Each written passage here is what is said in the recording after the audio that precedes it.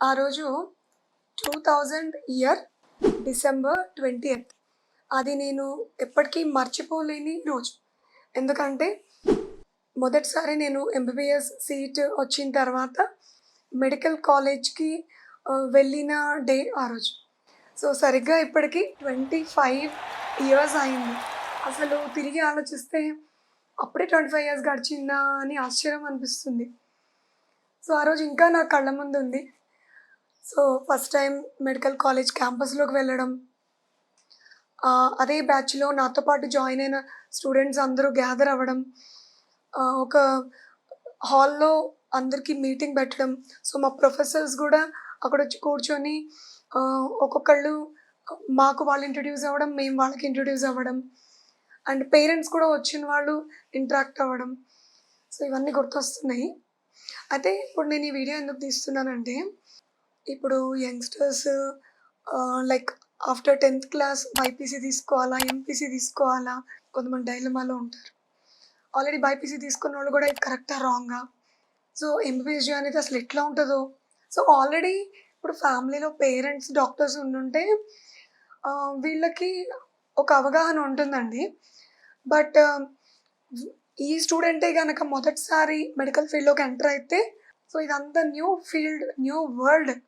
కాబట్టి అసలెలా ఉంటుందో అన్న ఎంతూసియాజం ఉంటది. మళ్ళా ఒక మూల ఆహ్, అసలు మెడికల్ ప్రొఫెషన్ చాలా టఫ్ అని అందరూ అంటారు. చాలా హార్డ్ వర్క్ జేయాలని అంటారు. అసలు తీసుకుంటే ఎట్లా ఉంటదో అనే భయం కూడా కొంతమందిలో ఉంటుంది. సో, అవి కొంతవరకు నా ఎక్స్‌పీరియన్స్‌లో మీకు చెప్పడానికి వీడియో తీస్తున్నాను. సో, ఫస్ట్ మీరు ఎంబీబీఎస్ జాయిన్ అయినప్పుడు మీకు కొత్త కొలీగ్స్ అందరూ ఫ్రెండ్స్ వస్తారు కదా! సో, మీకు ఒక్కొక్క సబ్జెక్ట్ స్టార్ట్ అవుతది. అసలు హ్యూమన్ బాడీ గురించి. First anatomy. సో, అనాటమీ అంటే బాడీలో each and every part and that two in detail అనమాట. ఇది డిసెక్షన్ హాల్‌తో మొదలవుతుంది. సో, మనం లైఫ్‌లో ఆ 17 ఇయర్స్ ఏజ్‌కి ఒక డెడ్ బాడీననేది మనం చూసి ఉండం. ఇప్పుడు చూడడమే కాదు, దాన్ని టచ్ కూడా చేయాలి మనం. సో, ఇదే మాకు ఫస్ట్ టార్గెట్ అనమాట. లైక్ ఫస్ట్ హర్డిల్ కూడా. డిసెక్షన్ హాల్‌లోకి ఎంటర్ కాంగానే ఒక డెడ్ బాడీ టేబుల్ మీద పెట్టుంటుంది. మనం వెళ్ళి దాన్ని టచ్ చేయడము, దాన్ని ఈచ్ అండ్ అంటే మన ప్రొఫెసర్స్ చెప్పిన విధంగా దాన్ని ఒక పద్ధతి ప్రకారంగా ఓపెన్ చేసుకుంటూ ఈచ్ అండ్ ఎవ్రీ పార్ట్‌ని మనం స్టడీ చేయడం చేయాలి. అండ్ రెండో సబ్జెక్టు ఫస్ట్ ఇయర్‌లో ఫిజియాలజీ. అంటే ఇప్పుడు ఈచ్ మన బాడీలోని each system like cardiovascular, muscular, digestive system ఇవన్నీ అసలు ఫిజియాలజీ ఏం ఫంక్షనింగ్ అవి ఎలా జరుగుతాయి. అండ్ మూడో సబ్జెక్ట్ మాకు బయోకెమిస్ట్రీ. అంటే అసలు సెల్యులర్ లెవెల్‌లో ఇక్కడ ఏం జరుగుతుంది? ఎటువంటి రియాక్షన్‌లు జరుగుతాయి? సో, ఇవన్నీ కూడా ఇన్ డెప్త్ ఉంటాయి. సో, అప్పట్లో అయితే మేము ప్రతి చాప్టర్ క్లాస్‌లో జరుగుతున్నవి మళ్ళీ మేము వెళ్ళి లైబ్రరీకి అంటే మా దగ్గర ఒక టెక్స్ట్ బుక్ ఉండేది. అది రీడింగ్ ఇచ్చేవాళ్ళం. మళ్ళీ వెళ్ళి ఇంకా అదర్ ఆథర్స్ గూడా ఏం రాసారు? అవి ఎట్లా ఉన్నాయి అన్నీ చదివేవాళ్ళం.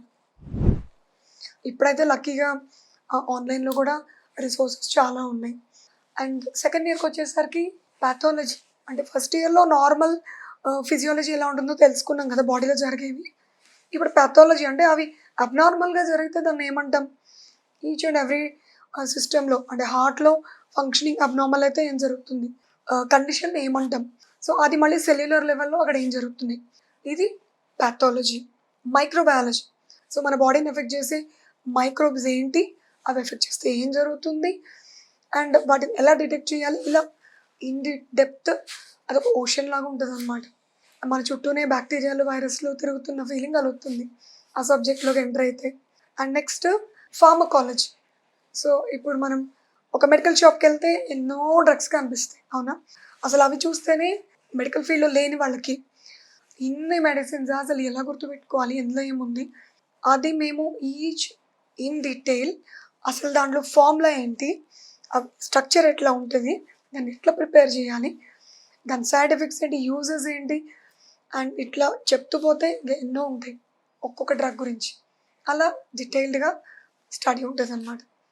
అండ్ అనదర్ సబ్జెక్ట్ ఏంటంటే ఫోరెన్సిక్. సో, ఇది చాలా డిఫరెంట్ సబ్జెక్ట్.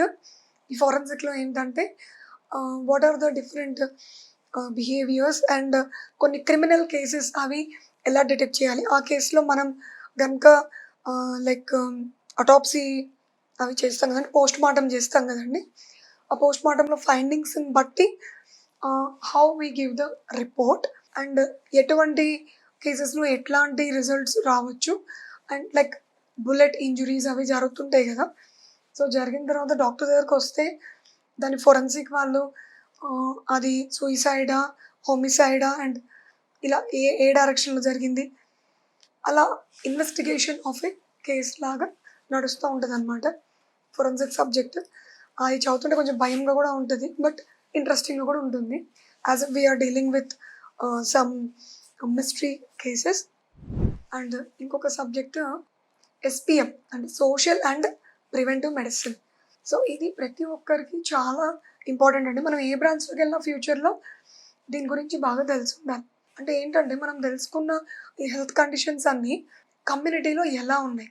అండ్ ఎవరికి రావచ్చు? ఎట్లాంటి కండిషన్స్‌లో ఈ డిసీజెస్ ఒస్తాయి?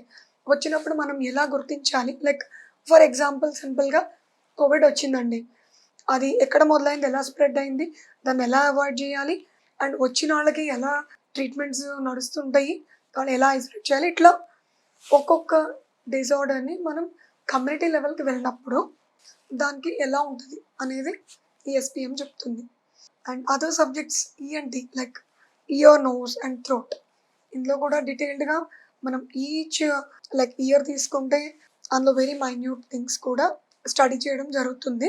అండ్ ఆఫ్థమాలజీ ఐలో వచ్చే డిఫరెంట్ కండిషన్స్ అవన్నీ కూడా ఒక 1 ఇయర్ సబ్జెక్ట్‌లో చదవడము అండ్ పేషెంట్స్‌లో కూడా మేము క్లినికల్ పోస్టింగ్‌కి వెళ్ళినప్పుడు అక్కడ ఎలాంటి కేసెస్ వస్తున్నాయి అది టెక్స్ట్ బుక్‌లో మేము లింక్ చేసుకొని ప్రిపేర్ అవ్వడం ఇవి జరుగుతాయి. అండ్ ఫైనల్ ఇయర్ సబ్జెక్ట్స్‌కొస్తే purely clinical medicine, surgery, pediatric and gynaecology. So, ఇవి కూడా అంతే. థియరీ చదువుతుంటాం అండ్ ఆల్సో సేమ్ టైమ్ ప్యారలల్‌గా కేసెస్ చూడడం, వాటిని లింక్ చేసుకోవడం. అయితే ఇదంతా కూడా నేను థియరిటికల్‌గా చెప్పాను. అండ్ ఇంకొక పార్ట్ ఏంటంటే స్టూడెంట్ లైఫ్. స్టూడెంట్ లైఫ్‌లో అన్నీ ఉంటాయి. లైక్ స్టడీ ఉంటది, ఎంజాయ్‌మెంట్ ఉంటది, ఫన్ ఉంటది, ఫ్రెండ్స్ తోటి కొట్లాటలు ఉంటాయి, ఫ్రెండ్‌షిప్స్ ఉంటాయి అండ్ అలగడం ఉంటది.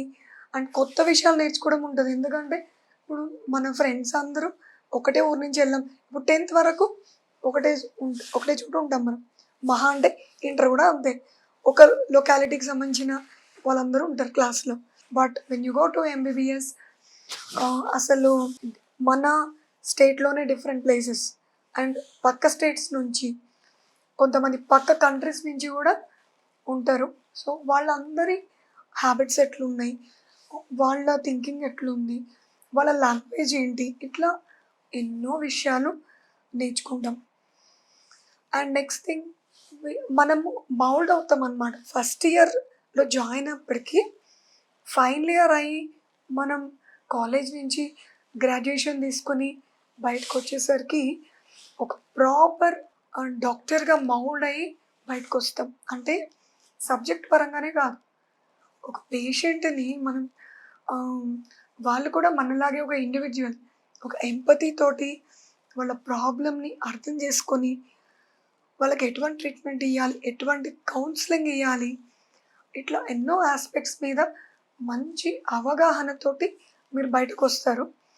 అండ్ ఆ ఫీల్ డిఫరెంట్. అది మనం మాటల్లోనో లేదంటే ఎక్స్‌ప్రెషన్ తోటో, రిటన్‌గానో చెప్పగలిగేది కాదు.